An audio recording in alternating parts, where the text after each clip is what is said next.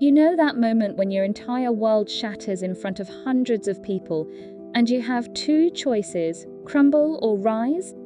Well, let me tell you about the day my fiancé thought he could humiliate me at our own wedding, in front of everyone we knew, thinking I'd just break down and accept it. But what he didn't count on was that I had already seen through his game, and what I did next didn't just save my dignity, it completely flipped the script on him in a way he never saw coming. Stay with me because this story has more twists than a thriller novel, and by the end, you'll understand why the best revenge isn't getting even. It's getting better.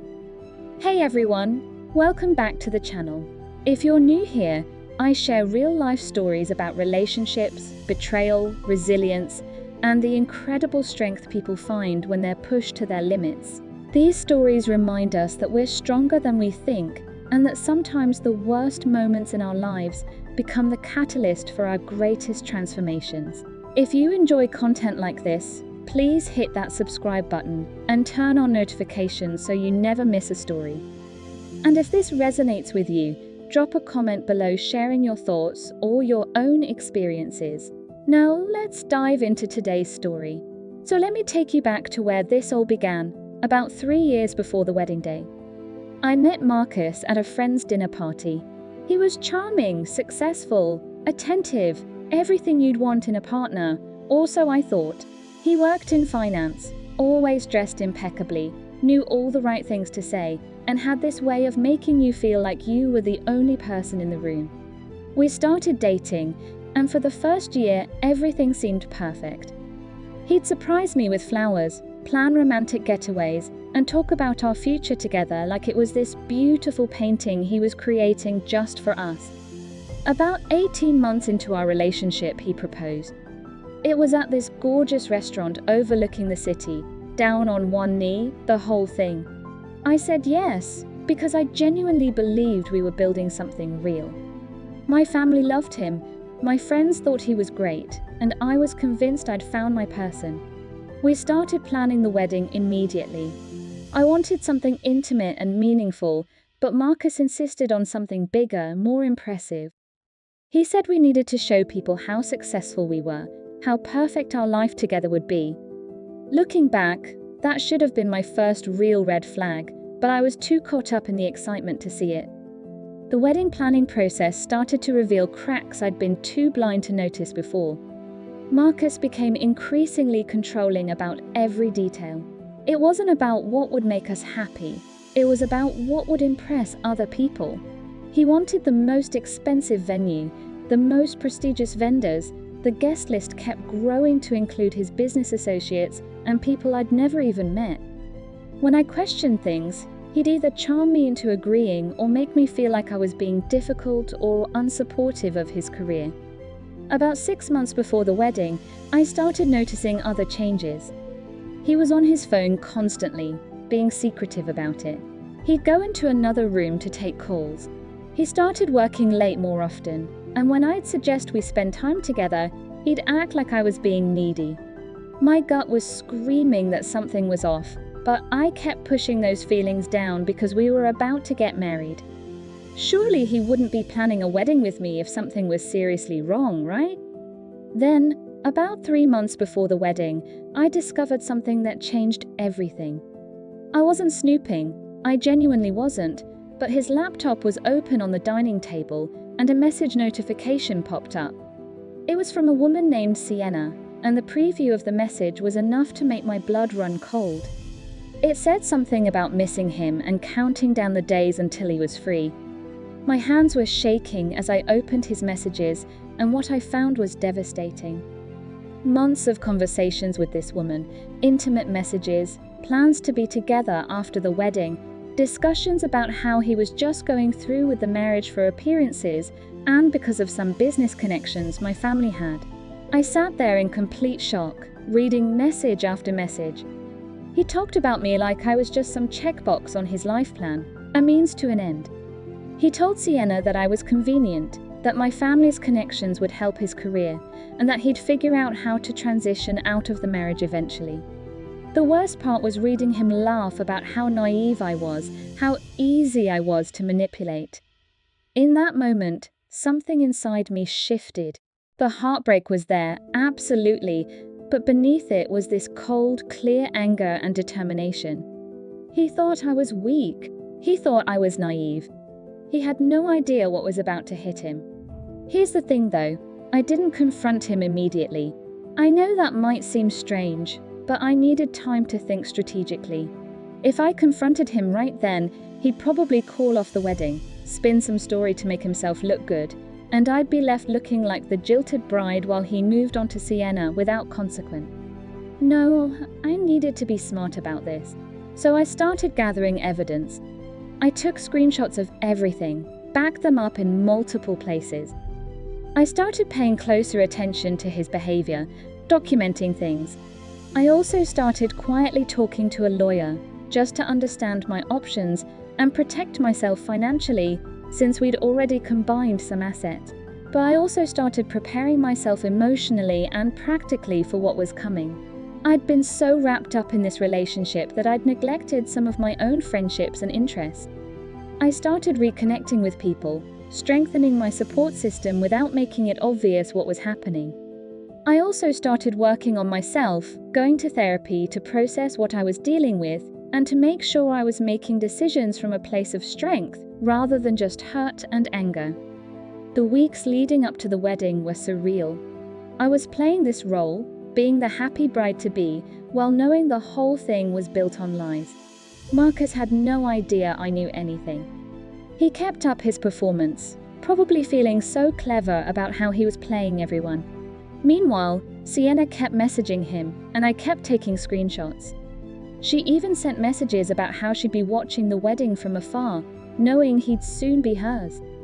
It was twisted, but it also steeled my resolve for what I was planning.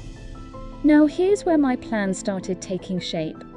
I decided I wasn't going to cancel the wedding. I was going to let it happen, but on my terms. I quietly reached out to a few key people, my maid of honor, my brother, and a cousin who's a lawyer, and I told them everything. I showed them the evidence and explained what I wanted to do. They were shocked, angry on my behalf, but they also understood why I was handling it this way. They agreed to support me. I also did something else. I hired a videographer that Marcus didn't know about, someone separate from our official wedding video team, to capture everything that was about to happen. I wanted a record of it all. And I prepared a presentation, a compilation of screenshots, messages, everything that told the real story of who Marcus was and what he'd been doing. The wedding day arrived, and let me tell you, walking through those hours knowing what was coming was one of the hardest things I've ever done. I got ready with my bridesmaids, did the photos, smiled for the camera, all while my heart was pounding. But I also felt this strange calm. I wasn't the victim in this story anymore. I was taking back control. The ceremony was set up beautifully at this upscale venue Marcus had insisted on, with about 250 guests. All his business associates, both our families, friends, everyone. The ceremony was supposed to start at 4 in the afternoon. Guests were seated, the music was playing, everything was picture perfect. I was in the bridal suite with my bridesmaids, and my maid of honor kept checking if I was sure about what I was about to do. I was absolutely sure. Here's what was supposed to happen. Traditional ceremony. We say our vows, exchange rings, kiss, married. Here's what actually happened. I walked down that aisle, and I'll admit, there was a moment when I saw Marcus standing there looking so confident, so sure of himself, where I almost felt bad about what was coming. Almost. We got to the part where the officiant asks if anyone has any reason these two should not be wed, and before anyone could speak, I held up my hand. The confusion on Marcus's face was something I'll never forget. I turned to face our guests and said, I do. I have a reason. The whole room went silent. You could have heard a pin drop. Marcus tried to laugh it off, reaching for my hand, whispering that I was being weird, asking what I was doing. I stepped away from him and said in a clear, steady voice, I have something everyone here needs to see before this goes any further. My brother, who was sitting in the front row, stood up with a laptop and a projector that we'd secretly set up earlier, telling the venue staff it was for a surprise slideshow at the reception. Within seconds, the screen behind us lit up. And there, for everyone to see, were the messages between Marcus and Sienna. I had created a carefully curated presentation that told the whole story, his words about me being convenient, about my family's connections being useful for his career, about his plans with Sienna, everything. The gasps from the crowd were immediate. Marcus's face went from confusion to horror to rage in about 3 seconds. He tried to grab the laptop, but my brother had already moved away. Marcus started yelling, saying I was crazy, that this was fabricated, that I was having some kind of breakdown. But the evidence was right there, timestamps, his profile picture in the messages, details that only he would know, his own words condemning him. Then I did something he really wasn't expecting. I pulled out a microphone. Yes, I'd planted a microphone, and I spoke directly to everyone there. I said, I want to thank you all for coming today. I know you came expecting a wedding, and I'm sorry to disappoint you, but I couldn't in good conscience marry someone who views me as nothing more than a stepping stone in his career. For months, Marcus has been carrying on a relationship with another woman while planning this wedding with me. He's been using me for my family's connections and resources while laughing about how naive I am behind my back. I could see his parents in the front row, their faces pale with shock and embarrassment. My own parents looked heartbroken but also proud. I'd warned them that morning about what was coming. I continued, I found out about all of this months ago, and I've spent that time making sure I had irrefutable proof before exposing the truth. I'm not doing this to humiliate anyone. I'm doing this because the truth matters, and because I refuse to be treated as less than I deserve. Then I turned to Marcus, who was standing there looking like he wanted the ground to swallow him up, and I said, You thought you could break me today? You thought public humiliation would make me weak and compliant? You underestimated me completely. The only person being broken today is the false image you've spent years building. But here's where my response really turned his world upside down. I'd done more than just expose him at the wedding. Remember those business connections he was so interested in? My family does have significant influence in the industry he works in, and before the wedding, I'd had conversations with key people. I didn't badmouth Marcus, I simply provided them with evidence of his character, specifically how he'd lied and manipulated in his personal life, and let them draw their own conclusions about his professional integrity. By the time I was reading those messages at the wedding, several of his most important professional relationships were already cooling. I'd also made sure that the deposits and payments for the wedding, which had mostly come from my family, were properly documented. I'd worked with a lawyer to ensure that Marcus would be held financially responsible for his share. He thought he'd planned this elaborate, expensive wedding on someone else's dime. He was about to get a very expensive bill. But the biggest thing I did, the thing that really flipped the script, was this. I'd already filed legal paperwork that morning before the ceremony. We'd combined some assets during our engagement, and I made sure everything was properly separated and that I was protected. I'd also compiled a legal record of his fraud. Yes, fraud, because he'd used his relationship with me to gain access to certain business opportunities under false pretenses. My lawyer had already sent a letter to his employer outlining concerns about his ethical conduct. After I finished speaking at the wedding, I calmly walked back down the aisle. My bridesmaids followed me, and we went back to the bridal suite where I changed out of my wedding dress and into a beautiful outfit I'd prepared. My family and close friends met me, and we left the venue together. We'd actually planned a separate celebration at a different location, just the people who truly mattered, and we went there to acknowledge that this day wasn't about a failed wedding. It was about me choosing myself and my worth. Marcus apparently completely fell apart after I left. I heard from people who stayed that he tried to blame me, then tried to downplay everything, then finally just left in humiliation. His parents apparently demanded he explain himself, and several of his business associates left immediately. The gossip from that day spread through our social and professional circles like wildfire, and not in his favor. In the weeks that followed, The consequences for Marcus kept piling up. Sienna, the woman he'd been having an affair with, actually reached out to me. Turns out he'd been lying to her too, telling her that I knew about their relationship and that it was some kind of open arrangement, which obviously wasn't true. When she realized the depth of his deception, she wanted nothing to do with him either. So he lost both of us. His professional reputation took a serious hit. The industry we were in isn't that large, and word travels fast. People started questioning his integrity, and several opportunities he'd been counting on dried up. He didn't lose his job entirely, but his trajectory definitely stalled. Meanwhile, my family's connections, which he'd been so eager to exploit, were now completely off limits to him. The financial consequences were significant too. He ended up having to pay back a substantial amount for the wedding expenses, and the legal fees from our asset separation weren't cheap either. He went from feeling like he had everything figured out to scrambling to maintain his lifestyle and reputation.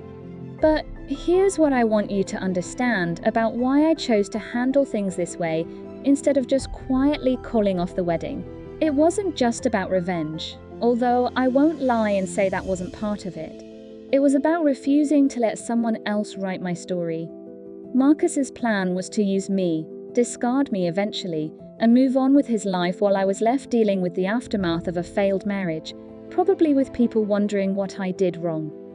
By exposing the truth publicly, I controlled the narrative. Everyone knew exactly what happened and why. It was also about consequences. People like Marcus often move through life without facing real repercussions for their actions because the people they hurt are too embarrassed or hurt to fight back. They rely on their victims staying quiet. I refused to stay quiet, and in doing so, I made sure he actually faced consequences for his choices. There's something else I want to talk about that I haven't mentioned yet, and that's the role that self-doubt played in almost derailing my plan. Even after I'd discovered everything, even after I'd gathered all the evidence and made all the preparations, there were moments, especially late at night, where I'd question myself. Was I doing the right thing? Was I being too harsh? Should I just quietly walk away and let karma handle it? These thoughts would creep in and try to shake my resolve. I remember one night, about 2 weeks before the wedding, I had a complete breakdown. I was sitting in my apartment, looking at the evidence I'd collected, and I just started crying. Not just because of the betrayal, but because I was scared. Scared of the confrontation, scared of what people would think, scared that maybe I was making everything worse by planning this public exposure. I called my maid of honor at 2 a.m. and she came over. We talked for hours, and she reminded me of something crucial. My feelings of doubt didn't mean I was wrong, they just meant I was human. She helped me understand that second-guessing yourself when you're about to do something brave doesn't make you weak, it makes you thoughtful. The difference between being vindictive and standing up for yourself is intention, and my intention wasn't to destroy Marcus for the sake of it. My intention was to protect myself, to tell the truth, and to make sure that his actions had consequences. That conversation gave me the final push of confidence I needed to follow through with my plan. I also want to address something that some people might be thinking: why didn't I just confront him privately when I found out? Why go through with all the wedding planning and the public exposure? The answer is complicated, but it comes down to this. When I discovered his betrayal, I realized that a private confrontation would have given him all the power. He could have spun any story he wanted, painted me as crazy or vindictive, and walked away relatively unscathed. By letting him think everything was fine, I maintained control and gathered the evidence I needed to protect myself legally and financially. Moreover, Marcus had been building this image of himself as the perfect partner, the successful businessman, the guy who had it all figured out. That image was built on lies and manipulation, and it was being used to hurt me. By exposing the truth publicly, I wasn't just defending myself, I was preventing him from using that same playbook with someone else. How many other women might he have deceived if his pattern of behavior had never been exposed? Sometimes exposing someone publicly isn't about revenge, It's about accountability and protection for future potential victims. In the months after, I focused entirely on myself. I threw myself into my work and actually got a promotion. I reconnected with friends I'd neglected during my relationship with Marcus. I traveled to places I'd always wanted to visit. I went to therapy regularly to process everything and to understand how I'd missed the red flag so I wouldn't repeat those patterns. I worked on building a life that was authentically mine, not built around someone else's agenda. About a year after the wedding that never was, I actually started dating again. I was cautious at first, understandably, but I also found that going through what I went through with Marcus actually made me stronger and more discerning. I knew my worth now in a way I hadn't before. I knew what I would and wouldn't tolerate. And I wasn't afraid to walk away from anything that didn't serve me. Marcus, from what I heard through mutual acquaintances, struggled for quite a while. His relationship with his family was strained after they realized how he'd deceived everyone. His career never fully recovered to where it had been headed before. He tried dating but found that most people in our circles knew the story and were wary of him. I heard he eventually moved to a different city, probably trying to start fresh where people didn't know his history. Do I feel bad about what happened to him? Honestly, no. He made his choices knowing they would hurt me, thinking I'd never have the strength to stand up for myself. He gambled on my weakness and lost because I found strength I didn't even know I had. Every consequence he faced was a direct result of his own actions, not mine. I simply refused to protect him from the truth. Looking back now, several years later, I can honestly say that the day my wedding ended before it began was one of the best things that ever happened to me. Not because it wasn't painful, it absolutely was, but because it was the day I chose myself. It was the day I decided that my dignity and self-respect mattered more than anyone's comfort or expectations. It was the day I learned that I could face something terrifying and come out stronger on the other side. The story could have gone so differently. I could have confronted him privately when I found those messages, called off the wedding quietly, and dealt with the aftermath alone and heartbroken. I could have even gone through with the wedding, hoping he'd change, and spent years in a miserable marriage trying to make it work. But instead, I took control of my own story, and that made all the difference. One thing I learned through this experience is that standing up for yourself doesn't always look pretty, and it doesn't always follow the rules of what society expects from us, especially as women. We're often taught to be accommodating, to forgive, to handle things quietly and gracefully. But sometimes grace means having the courage to expose the truth, even when it's uncomfortable for everyone involved. Sometimes self-respect means refusing to protect someone else's reputation at the expense of your own well-being. So if you're watching this and you're in a situation where someone is trying to break you, whether it's publicly or privately, remember this: you are stronger than they think you are.